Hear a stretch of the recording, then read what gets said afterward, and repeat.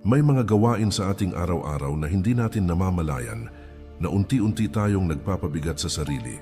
Ang mga ito ang pumipigil sa atin para umangat at maging malaya. Kung hindi ito mababago, ang yaman at kapayapaan ay mananatiling malayo sa ating kamay. Sa bawat pagpili mong sundan ang kaginhawaan sa halip na disiplina, ikaw ay unti-unting nililimitahan ng sarili. Ang tunay na kalayaan ay hindi nakukuha sa labas kundi sa loob ng isip, at sa bawat pagkukulang na ito, ang yaman ay tila isang pangarap na hindi maaabot. Kaibigan at kapatid, muli inaanyayahan kita na mag-subscribe sa ating channel para lagi kang updated sa mga bagong videos na aking gagawin, at pakishare na din ito sa iyong mga kaibigan at tayo nang baguhin ang pananaw natin sa buhay.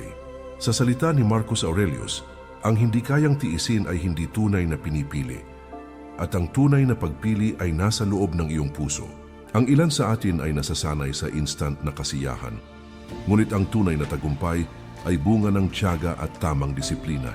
Ang mga maliliit na aksyon na paulit-ulit ay lumilikha ng malaking epekto sa ating hinaharap. Kung patuloy nating uulitin ang mga maling gawi, paano natin aasahan ang ibang resulta? Ngayon ay panahon na para suriin ang ating sarili. Alin sa mga gawi ang nagpapahina sa ating kalooban at nagtatapon ng ating oras at enerhiya? Ang sagot sa katanungang ito, ang unang hakbang patungo sa pagbabago at tunay na pagyaman. Habits number 1. Pagkaalipin sa panandaliang kasiyahan. Maraming tao ang nahuhulog sa bitag ng agarang kasiyahan at pansamantalang aliw. Sa tuwing inuuna ang ginhawa kaysa sa disiplina, unti-unti nilang nililimitahan ang sariling potensyal.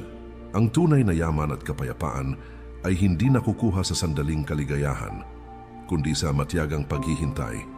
Bawat maliit na desisyon ngayon ay humuhubog sa hinaharap na kanilang tatamuhin. Kapag inuuna ang pansamantalang kasiyahan, nawawala ang kontrol sa sarili. Ang oras ay patuloy na dumadaloy at hindi na maibabalik. Ang enerhiya at pagkakataon na pwede sana ay nagagamit sa walang saysay na aliw. Ayon sa diwa ng Stoic, ang tunay na kalayaan ay nasa kakayahang piliin ang tama kaysa sa madali. Madalas ang kasiyahan ay nakatago sa paulit-ulit na maliit na aksyon. Isang minuto ng pagpapabaya ngayon ay maaring maging linggo ng pagkabigo bukas.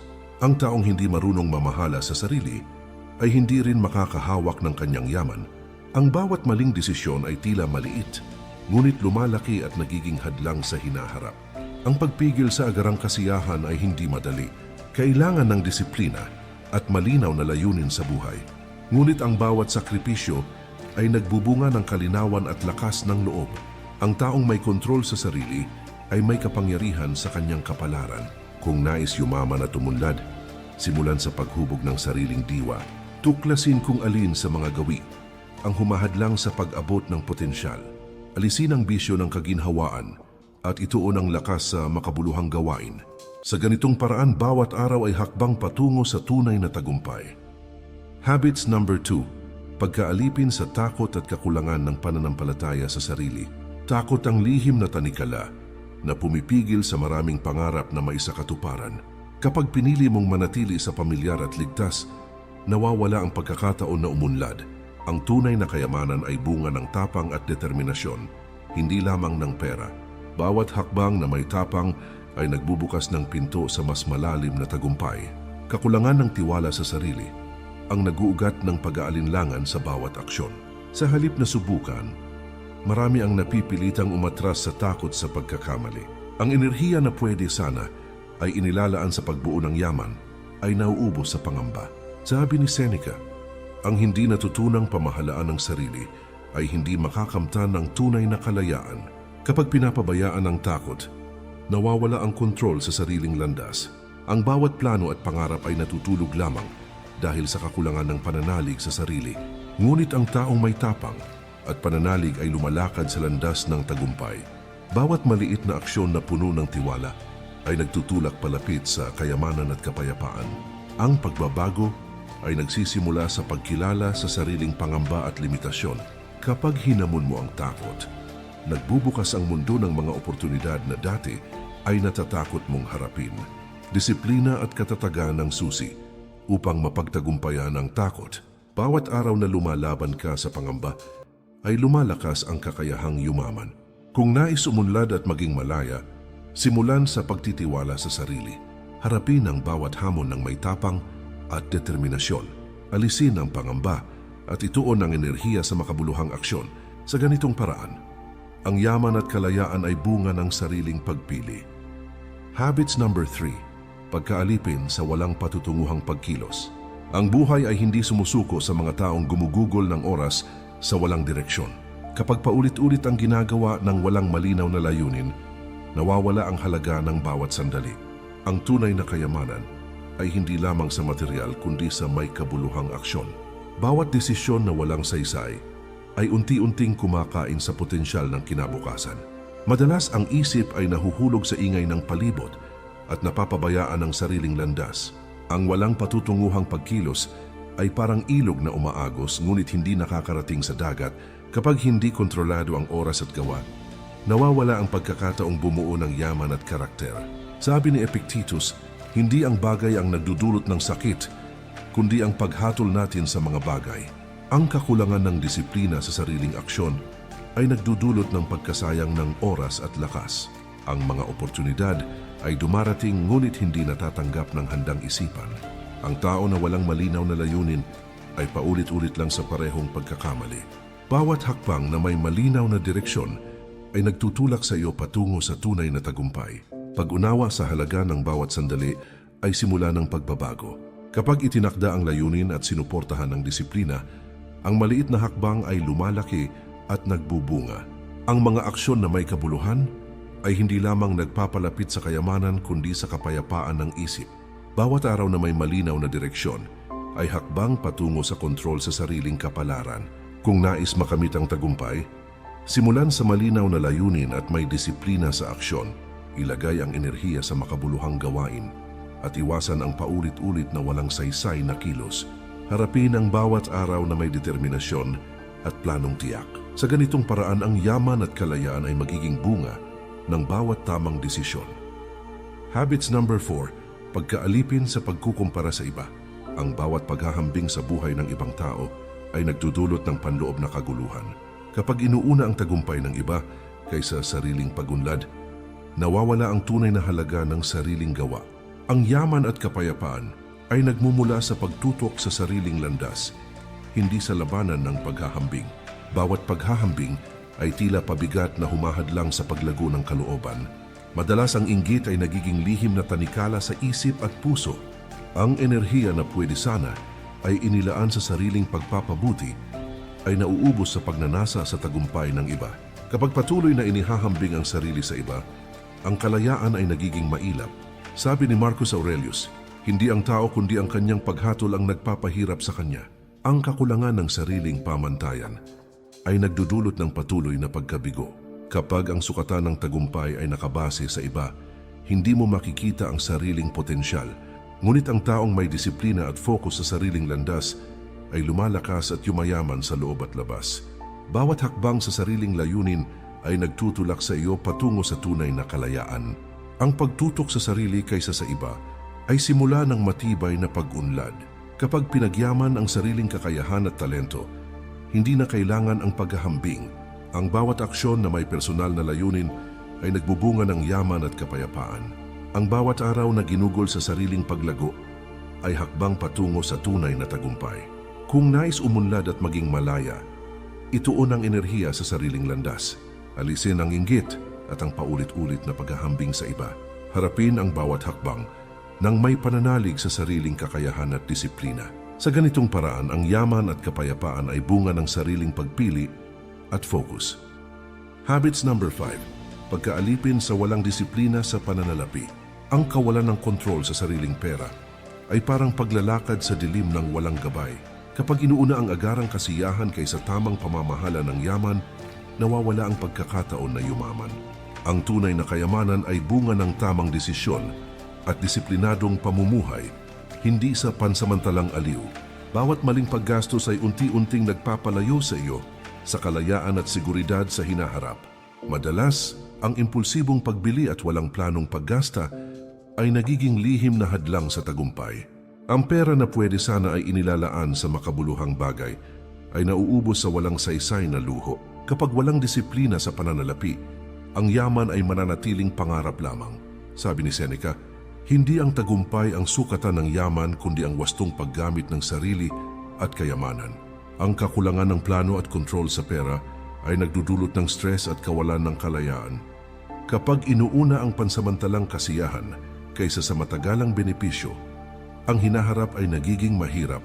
Ngunit ang taong may disiplina sa pananalapi ay nakapagtatayo ng pundasyon para sa tunay na tagumpay. Bawat tamang desisyon sa pera ay hakbang patungo sa kapayapaan ng isip at kalayaan. Ang pagbabago ay nagsisimula sa pagkilala sa sariling gawi sa pera at sa pagpapasya. Kapag natutunan mong kontrolin ang paggasta at ituon ang yaman sa makabuluhang bagay, lumalago ang potensyal.